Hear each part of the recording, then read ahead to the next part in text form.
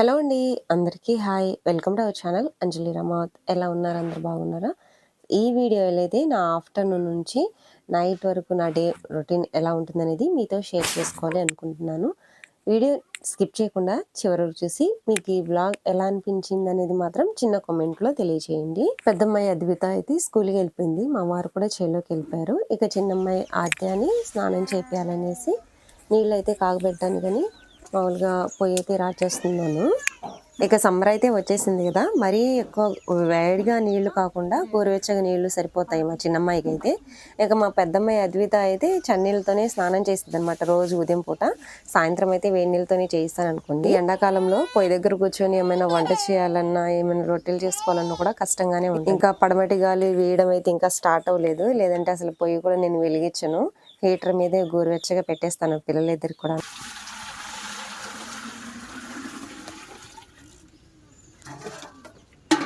ఆద్య అయితే అసలు ఏం తినట్లేదు అబ్బా. అట్టి పండు ఇచ్చినా కూడా తినట్లేదు. నా పాలే ఫీడింగ్ ఇస్తున్నాను కదా, దాంతోనే సరిపెట్టుకుంటుంది.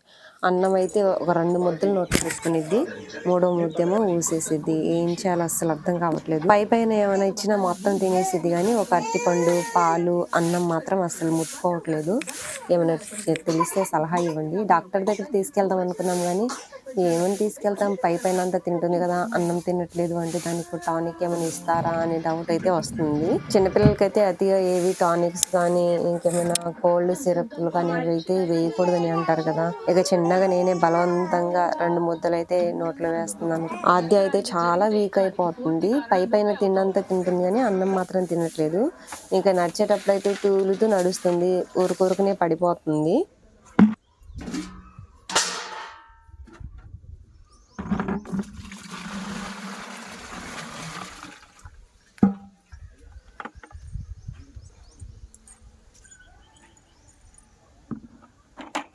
వేడి నీళ్ళు అయ్యే లోపల ఖాళీగా ఉండడం ఎందుకనేసి ఇంట్లో కసువు అంతా చిమ్మేశాను. మీ ఇల్లు చాలా బాగుంది, హోమ్ టూర్ వీడియో చేయండి అని కొంతమంది అయితే కామెంట్స్ అయితే పెడుతున్నారు.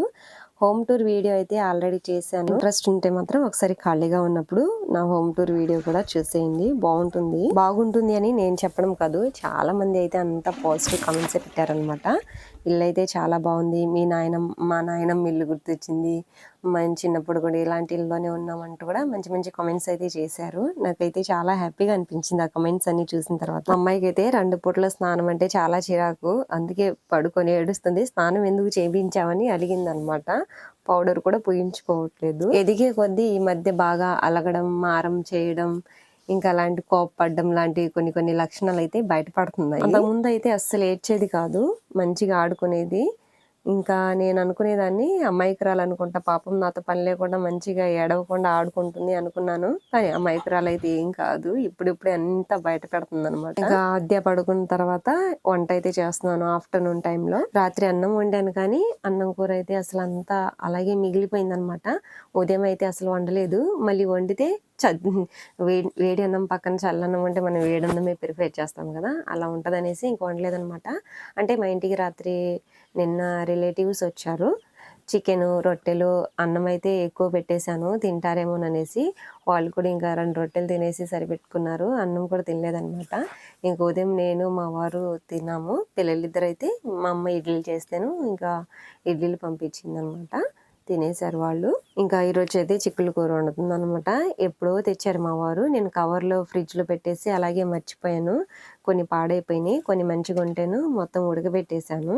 ఇక నా వంటగది గోడ అయితే కొంచెం మెస్సీగానే ఉంటుంది. చూసి ఏంటి ఇలా ఉందనుకోకండి, అంతా మట్టి గోడ కదా, క్లీన్ చేయడానికి అయితే అస్సలు కుదరదు. మామూలు గోడ అయితే క్లీన్ చేసేసేదాన్ని, మట్టి గోడ అయితే మనం క్లీన్ చేసిన మట్టి అంతా రాలిపోతూ ఉంటుంది, ఊడి పెక్కులుగా కింద పడిద్ది అనమాట. అందుకని అలాగే వదిలేశాను. ఇంక వంట చేసేటప్పుడు ఆయిల్ లేదంటే మనం ఏమైనా చట్నీలు మిక్సీ పట్టేటప్పుడు అయితే ఇంకా మిక్సీలో నుంచి పోవడం అలా జరుగుతూ ఉంటాయి అన్నమాట. మామూలుగా మనకి ఆన్లైన్లో స్టిక్కర్స్ కూడా ఉంటాయి కదా, ఆ స్టిక్కర్స్ కూడా ఆర్డర్ పెట్టుకునేదాన్ని కానీ మట్టి గోడ మీద అవి అతుకుతాయో లేదో అనే డౌట్ అనమాట. అందుకని అయితే నేను ఇంకా ఏది పట్టించుకోవట్లేదు. మట్టి గోడనైతే ఇంక మట్టితోనే మంచిగా డిజైన్ చేద్దామనే ఆలోచన అయితే ఉంది నాకు. చూస్తాను త్వరలోనే మంచిగా నా వంటగదిని కూడా డిజైన్ చేసుకుంటాను. ఇంకా ఆఫ్టర్నూన్ అయితే ఇంకా వంట అయిపోయిన తర్వాత తాలిబొట్టు దారం అయితే మార్చుకుంటున్నాను కూర్చొని. ఇంక అప్పటికే మా అమ్మాయి అయితే ఆద్య లేచింది, తనకు అన్నం బతిమలాడి 2 ముద్దలు అయితే తినిపించాను. ఇంకా ఇదైతే ఈవినింగ్ టైం అనమాట. నేను కూడా అన్నం తినేసి ఇంక ఈవినింగ్ చిన్నగా ఇంకా పనులైతే మొదలుపెట్టేసాను. అన్నం కూర అయితే ఇంకా ఆఫ్టర్‌నూనే వండేసాను కాబట్టి నైట్ ఇంకా రొట్టెలొకటే ఉంటుంది. పనైతే ఎక్కువ లేదు. ఇంకా పని ఎక్కువ లేదు కదా అని మా వారు చేయాల్సిన పనైతే నేనే చేస్తున్నాను.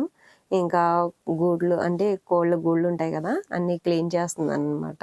మా వారికేమో కోళ్ళు పెంచడం అంటే చాలా ఇష్టం. చిన్నప్పటి నుంచి వాళ్ళు ఈ కొంచెం కోళ్ళు పెంచడం అంటే ఇంట్రెస్ట్ అనమాట. నాకేమో అస్సలు ఇష్టం ఉండదు. ఇవేంటంటే చిన్న చిన్న రోగాలకే చనిపోతున్నాయి. ఊరికనే చనిపోతున్నాయి. 2 పెట్టలైతే ఒక్కొక్క పెట్టె రూ. 1000 2000 పెట్టి 2 పెట్టెలైతే తీసుకొచ్చాము. మంచిగానే పిల్లలు చేయడానికైతే చేసినియి గానీ, ఆ పిల్లలు మాత్రం అస్సలు బతకట్లేదబ్బా! చిన్న చిన్న రోగాలకే చనిపోతున్నాయి. కురుపులేస్తున్నాయి. కోళ్ళకి కూడా గ్యాస్ట్రిక్ ప్రాబ్లమ్ అంటే నాకైతే ఇంకా షాక్ అయిపోయాను నేనైతే. ఇంక రోజు వాటికి ఏదో ఒక మామూలుగా డ్రాప్స్ వేస్తా ఉంటారు. జీలకర్ర, ధనియాలు, బెల్లం అయన్నీ నూరి వాటికి వేస్తానే ఉంటారు. కానీ ఏంటో మాకైతే కోళ్ళు అచ్చుబాటు రావట్లేదు ఇటు సైడ్ వచ్చిన తర్వాత. అంతకుముందు మా అమ్మ వాళ్ళ ఇంటి సైడ్ ఉన్నప్పుడు మాత్రం గుంపులు గుంపులుగా బాగా తయారయ్యాయి. అక్కడ ప్లేస్ కూడా ఉండేది కాదు గానీ చిన్న ప్లేస్‌లోనే ఎక్కువ కోళ్ళైతే వచ్చినాయి. ఇటు సైడ్ మాకంతా ఓపెన్ ప్లేసే. అయినా కోళ్ళు మాత్రం అసలు ఎందుకో బతకట్లేదు. మొన్న ఒక కోడైతే కాళ్ళ పట్టొచ్చి చనిపోయిందనమాట. అంటే చనిపోలేదు గానీ చనిపోవడానికి రెడీగా ఉంటే వేరే వాళ్ళకి ఇచ్చేసాము. కోసుకొని తింటారేమోనని. మేము పెంచాం కదా! ఇంకెందుకు కోసుకొని తినడానికి మనసొప్పలేదు. అందుకే వేరే వాళ్ళకైతే ఇచ్చేసామనమాట. ఇంకిప్పుడైతే నేను పకోడీలు చేద్దాం అనుకుంటున్నాను. నాకు టైం గనక కొంచెం ఖాళీ ఉంది అనుకుంటే ఏదో ఒక ప్రయోగాలు చేస్తానే ఉంటాను. అంటే ఇది ప్రయోగం కాదులే కానీ ఇది అన్‌వాంటెడ్‌గా చేస్తున్నాను. ఎప్పుడో సంక్రాంతికి తీసుకొచ్చిన శనగపిండి అలాగే ఉంది ఇంట్లో. ఎక్కువ రోజులున్నా బాగోదనేసి ఎప్పటినుంచో అనుకుంటున్నాను చేద్దాం చేద్దామని. కానీ రోజు ఏదో ఒక పనుంటది. ఈరోజు వంట చేసే పని లేదు కదా! అందుకని పకోడీలు చేసే పని పెట్టుకున్నాను. ఈ పకోడీలు మా పిల్లలైతే మెత్తగా కాకుండా గట్టి పకోడీనే తింటారు. నాకు కూడా గట్టి పకోడీ అంటేనే ఇష్టం. అందుకని ఇంకా ఎక్కువ ఆనియన్స్ అయితే కట్ చేశాను. ఇంకా ఫస్ట్ టైమ్ అయితే పకోడీలోకి ఒక ఎగ్ కూడా ఇంట్లో ఉంటేను ఇంకా ఎగ్ కూడా పగలగొట్టాను. ఎలా ఉంటదో అనుకున్నాను గానీ ఎగ్ ఏసినా కూడా నిజంగా చాలా బావుందబ్బా! నేనైతే ఇదే ఫస్ట్ టైమ్ ఎగ్ ఏయడం పకోడీల్లో. ఇక అందులో ధనియాల పొడి, కారం, పసుపు, సాల్ట్, గరం మసాలా కూడా కొంచెం వేశాను. ఇంకా ఎగ్ ఒకటేసాను. అంతా కలిపేసి ఇంకా కూర్చొని చేస్తున్నాననమాట. నేను చేస్తున్నప్పుడే కొంచెం కొంచెంగా ఇంక మా అమ్మాయి అయితే తినేసింది. మా చిన్నమ్మాయి కూడా పకోడీలు నిజంగా చాలానే తిన్నది. పకోడీలు తినేసరికి ఆమెకి స్టమక్ ఉబ్బరమైపోయిందో ఏంటో నైట్ అయితే ఇంకా అసలు ఏమీ తినలేదు. నా ఫీడింగ్ కూడా తీసుకోలేదు. ఇంకా అలాగే పడుకుంది. మా వారు కూడా ఇంకా అసలు తినలేదు. మిగలలేదనమాట. మొత్తం మా పెద్దమ్మాయే అటు పోయి, ఇటు పోయి ఆడుకోవడానికొచ్చి ఇంకా కొంచెం కొంచెం తీసుకెళ్ళి ఇంకా తినేసింది. తిననీలే వాళ్ళింకా వాళ్ళు తినటానికే కదా చేసేది. వాళ్ళు తింటే ఫుల్ హ్యాపీనే నేనైతే. వాళ్ళు తింటే ఇంకా నేను తిన్నట్టే. నా స్టమక్ కూడా ఫుల్ అయిపోయిద్దనమాట.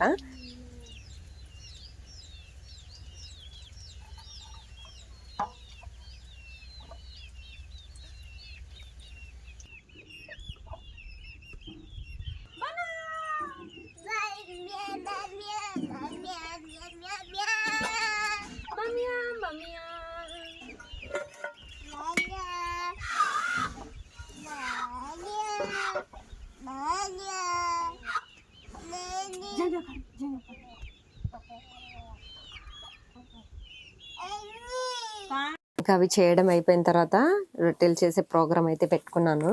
ఒకసారి రొట్టెలు తినటం అలవాటైతే గనక ఇక రోజు తినాలనిపిస్తది. అన్నం అయితే అస్సలు పోదు కడుపులోకి. రోజు చేస్తున్నాను.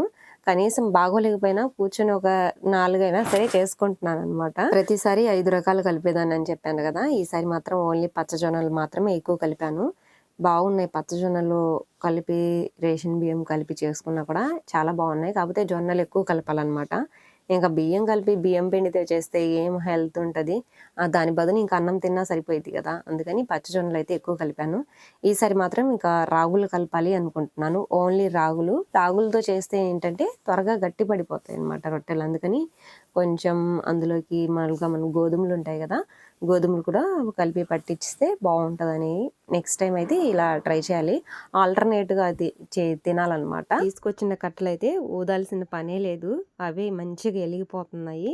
త్వరగా రొట్టెలు కూడా అయిపోతున్నాయి. ఇంతకుముందు కట్టెలున్నప్పుడైతే మా వారు తీసుకొచ్చారు ఆ కట్టెలు. ఊది ఊది పొగంతా కళ్ళలో పోయి కళ్ళు మంటలు పుట్టేవి.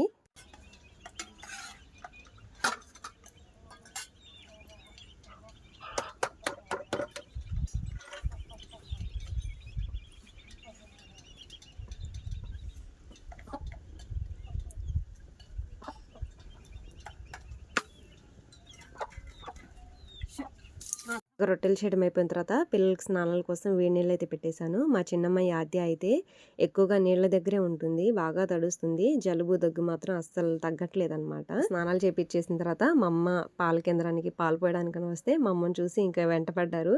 ఇంకా మా అమ్మ వాళ్ళు ఇంకా ఇంటికి తీసుకెళ్ళిపోయింది.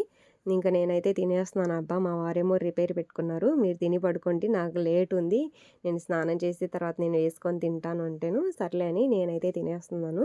పిల్లలిద్దరు ఇంకా అమ్మ దగ్గర తినేస్తారు. ఉదయం మధ్యాహ్నం అయితే నేను అన్నమే తినేస్తాను. కొంచెం ఎక్కువ తింటాను కానీ నైట్ మాత్రం ఒక 2 రొట్టెలతో సరిపెట్టుకుంటాను.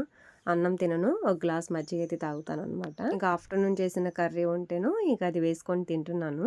తిన్న తర్వాత పిల్లల్ని పిలుచుకురావడానికని అమ్మ వాళ్ళ ఇంటికి అయితే వెళ్ళిపోయాను. వచ్చిన తర్వాత ఫ్యామిలీ ప్రేయర్ అయితే చేసుకొని ఇంకా 9 కల్లా పడుకున్నాము.